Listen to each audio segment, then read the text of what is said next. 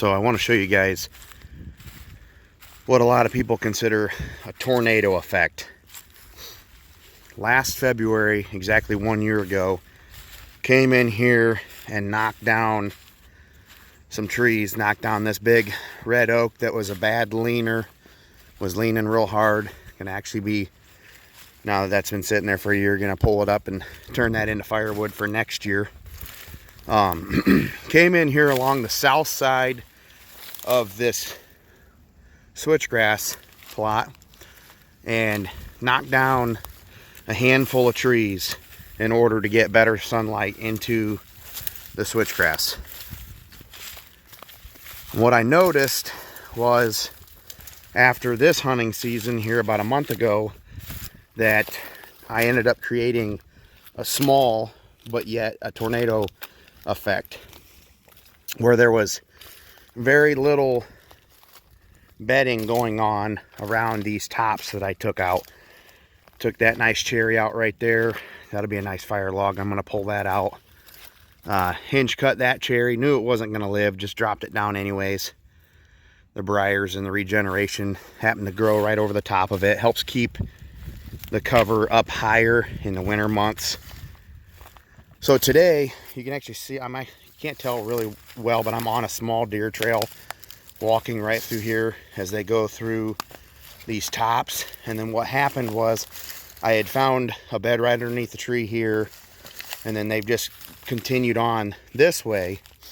But when you look in there, there's a lot of ground right here that can't be touched by the deer, even if they wanted.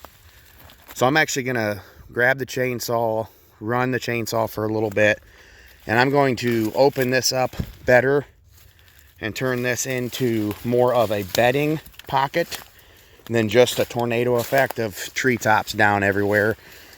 We got too little of ground here in southern Michigan to be wasting to not enhance every inch of the bedding area as we possibly can. And I'm actually going to try and make a encouraged bedding area right here behind this dead tree. There's a stump cut off at the ground right there, a couple logs, put its back up against. I'm going to create a trail going right through there and cutting through that top. I'll bring it to you guys after I get done cutting.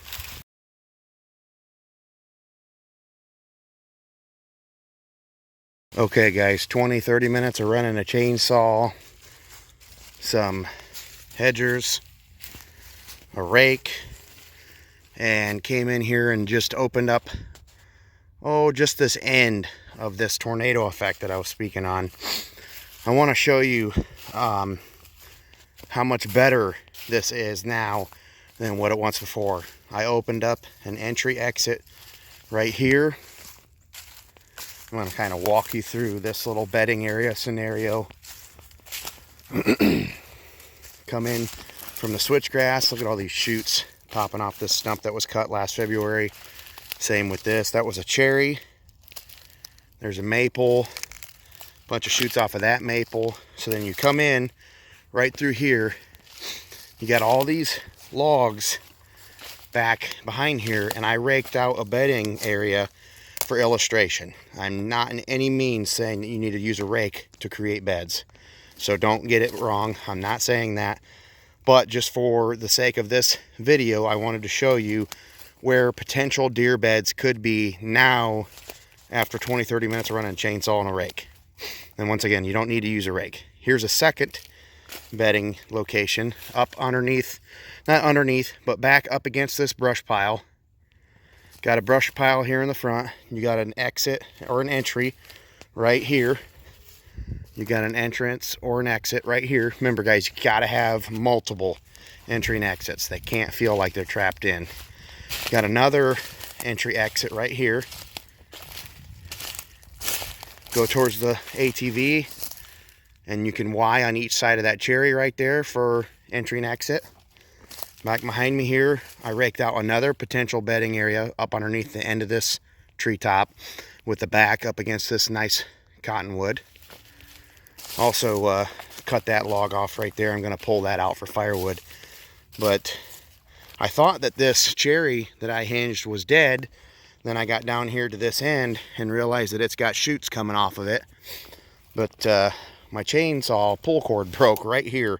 So I was going to continue on that way to open this back up. But they're already using it and it's open up enough. But I will continue to work on this cluster right here. I'm probably going to try and make area there for 2 to 3 more doe bedding areas. I don't anticipate this to be a buck bedding. The way this sets up perfect for a little doe family group right here. This is 20-30 minutes, guys.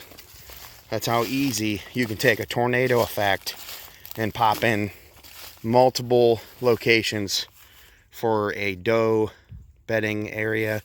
I'm not saying a buck could never bed back in here, but most likely it'd be a doe bedding area.